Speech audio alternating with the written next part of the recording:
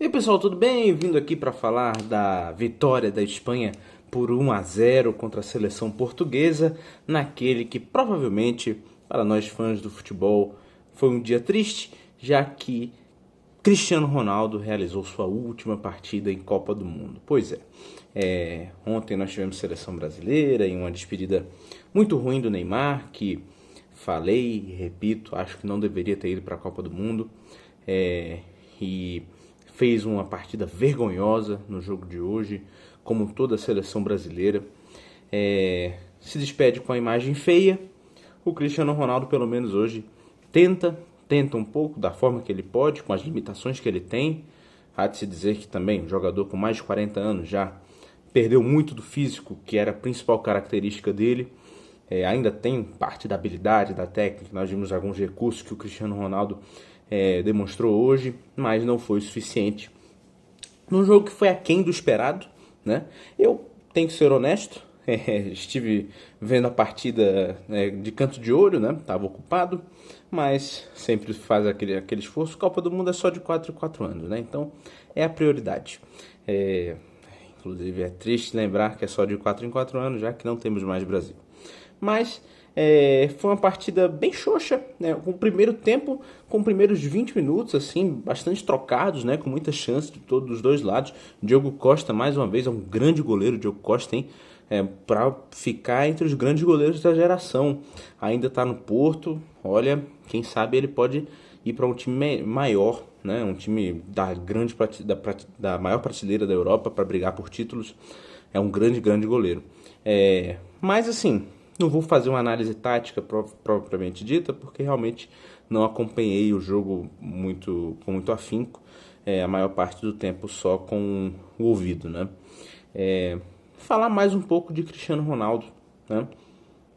Eu particularmente nunca fui um fã, dá pra dizer, do Real Madrid, mas contar a minha história em particular com esse jogador, que provavelmente não difere da história da maioria das pessoas. Não tem nada especial com a minha história, só por ser minha, né? É especial para mim, mas nada disso, nada além disso. Eu comecei a gostar de futebol em 2010, né? Quando estava na Copa do Mundo 2010. Cristiano Ronaldo e Portugal enfrentaram o Brasil naquela época, um 0-0 xoxo, muito fraco. E eu lembro que já ouvi que ele era um dos melhores jogadores de sempre e meio que, não dá bola, ele não fez muita coisa na Copa, né? Naquela Copa que inclusive foi eliminado para a Espanha por 1-0 nas oitavas de final. Um pouco curioso, né? Para o espanhol supersticioso, isso vale muito, já que a Espanha foi campeã daquela Copa. Mas eu fui começando a acompanhar mais o futebol europeu e tudo mais, comprando revista, né? Revista Placar. E fui me apaixonando por esse jogador, porque eu sou um grande fã, um grande admirador. Acho que sempre foi um cara que, não sempre, mas acho que a partir da Euro de 2016, isso é muito válido de destacar, porque Cristiano Ronaldo, após a sua chegada com Portugal, né, a sua chegada à seleção portuguesa, Portugal jamais deixou de ficar fora de Copa do Mundo, ganhou seus 3 únicos títulos da sua vida, a Euro de 2016, a UEFA Nations League, competição mais nova, né, em 2019, se eu não me engano, e no ano passado, 2025. Antes, Portugal tinha participado da Copa do Mundo, acho que 2 vezes, em 66 e em 2002, e após Cristiano Ronaldo fazer sua primeira Copa, em 2006, Portugal esteve em todas as outras, né? Então, a influência dele é visível. Mas a influência dele foi visível no futebol, porque ele conseguiu se colocar na discussão dos melhores jogadores da sua época, tendo à frente um cara que é absolutamente extraterrestre, né? O Pelé da sua época, como o Messi, e o Cristiano Ronaldo conseguiu entrar nesse debate por mostrar o quão bom ele era, né? Essa história de ser um jogador esforçado, sim, é importante. O esforço fez parte de toda a vida dele, mas faz parte da vida de todos os jogadores. Mas o ponto fundamental é que ele foi um cara que foi símbolo de um momento único na história de Portugal, um momento único também na história do futebol, em que nós tivemos 2 jogadores titãs do tamanho de Cristiano Ronaldo e Messi batalhando dia a dia e no mesmo campeonato, né?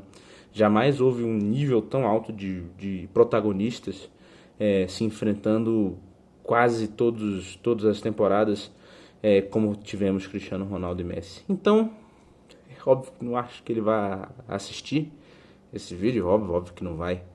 Mas eu agradeço do fundo do meu coração, agradeço ao futebol por ter visto Cristiano Ronaldo jogar, agradeço por ter visto Lionel Messi jogar também, ele ainda está nessa Copa, tomara que não a vença, mas enfim, eu fico um pouco triste, porque acho que ele merecia chegar um pouco mais longe, mas o time ao seu redor não era um time competitivo o suficiente. Portugal ficou devendo essa Copa inteira. É um time que sempre, com Roberto Martínez, mostrou um futebol pragmático demais para o potencial que tinha. E acho que isso fica escancarado no jogo de hoje, né? Um jogo que a Espanha também não produziu tanto, mas foi melhor o suficiente no segundo tempo.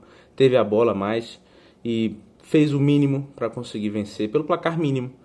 Gol do Mikel Merino quase no final do jogo, e Portugal partiu para uma abafa, muito descoordenado. Enfim, é uma pena. Eu me despeço aqui de um dos ídolos da minha vida assistindo futebol, que é o Cristiano Ronaldo. Bom, obrigado por tudo, Cristiano. Obrigado. Enfim, para além disso, a seleção espanhola avança, Portugal eliminado. Portugal vai iniciar uma nova era após a Copa do Mundo. Troca o Roberto Martínez, né, que pediu demissão. Existem especulações antes da Copa. Imaginava-se que o José Mourinho poderia ser um possível substituto. Não será, porque ele vai treinar o Real Madrid este ano. Mas acho que o nome possível, por exemplo, é o Jorge Jesus, ex-treinador do Flamengo, por exemplo.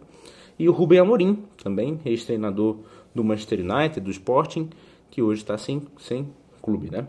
O Marco Silva também, ex-treinador de Everton, Fulham, também já foi especulado. Veremos para o futuro. O futuro de Portugal acho que ainda é promissor, sem Cristiano, porque é um país que tem produzido muitos jogadores de altíssimo nível. Quem sabe ache algo a mais nas próximas competições. A Espanha também não convenceu até aqui, chega com futebol aquém do que se esperava, é um time que domina, mas não deslancha, né? Deslancha contra seleções que jogam em partidas abaixo, como foram a Áustria e a Arábia Saudita. Hoje fez o mínimo, repito, e às vezes o mínimo é o suficiente, né? Vale lembrar que a Espanha, tão relembrada de 2010, que redefiniu o futebol, né, com a influência do Pep Guardiola, treinado por Vicente Del Bosque, não foi uma grande campeã do mundo, né? Não foi um time vistoso, foi um time até bem chato, que é a escola tradicional recente, na verdade, da Espanha, né? E venceu basicamente todos os jogos com um gol de diferença. Ganhou de 1-0 de Portugal, ganhou de 1-0 do Paraguai, foi 1-0 contra a Alemanha também e 1-0 na final. Foi 1-0 todos os jogos do mata-mata. Às vezes isso é o que precisa, e ganhando todos os jogos de 1-0, você pode ser campeão do mundo. Quem sabe não é o caminho dessa Espanha. É isso aí, pessoal. Até a próxima.